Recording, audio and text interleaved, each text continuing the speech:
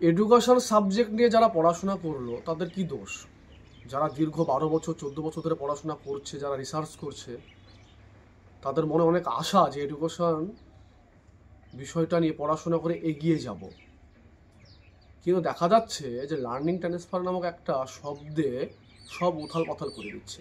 মানে যে যা ইচ্ছা তাই করছে এই এডুকেশন সাবজেক্টটাকে নিয়ে। কিন্তু এই সাবজেক্টটা কত গুরুত্বপূর্ণ একটা সাবজেক্ট। আপনি যদি পড়েন তা আপনাকে মনে হবে, নিজে নিজে ফিল করবেন আপনি মনে মনে যে আপনি কখনো আচরণবাদী, কখনো বিজ্ঞানী, কখনো দার্শনিক, বা কখনো আপনি শিশু চিকিৎসক। কারণ এটা মনের আচরণ, মানুষের আচরণ সমস্ত কিছু নিয়ে কিন্তু এটা একটা শিশু ছোট থেকে মৃত্যুর আগে পর্যন্ত কোন ডিউরেশনের মধ্যে দিয়ে যাবে সেটাও কিন্তু এখানে বলা আছে, উল্লেখ করা আছে। তাহলে এত গুরুত্বপূর্ণ একটা সাবজেক্ট, যে ব্যক্তি 12 বছর 14 বছর ধরে পড়াশোনা করে এসছে, ঘষে আসছে, ঘষে ঘষে ঘা করে ফেলছে, তার থেকে ভালো কি অন্য কেউ পারবে? সোজা কথা অনেকে বলে উত্তর না।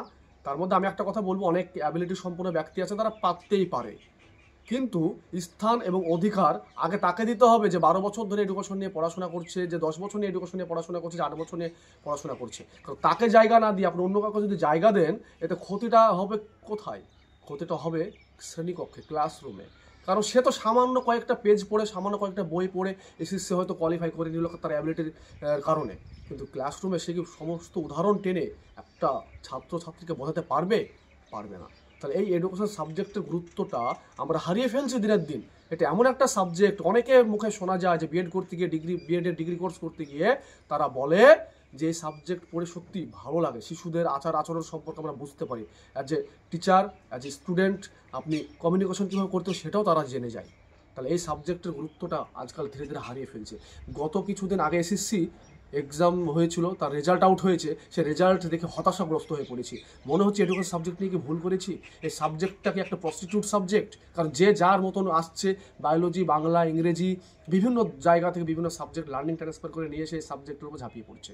শুধু এই সাবজেক্টটা নয়, রাষ্ট্রবিজ্ঞান, দর্শন, তার মধ্যে সব থেকে বেশি হচ্ছে এডুকেশন। মনে হচ্ছে সহজ, কিন্তু দেখা যাচ্ছে যদি সাইকোলজি সম্পর্কে কোনো ধারণা, সাইকোলজি সম্পর্কে যদি কোনো কিছু প্রশ্ন করা হয়, তার ধারণাটুকু নেই যে সাইকোলজি কী, যার শুধু পড়েছে সামান্য সংজ্ঞা আকারে।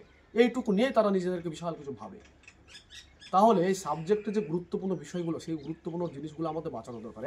এডুকেশনে যারা অনার্স করবে তাদেরকে অবশ্যই এডুকেশন প্রাধান্য দেওয়া দরকার।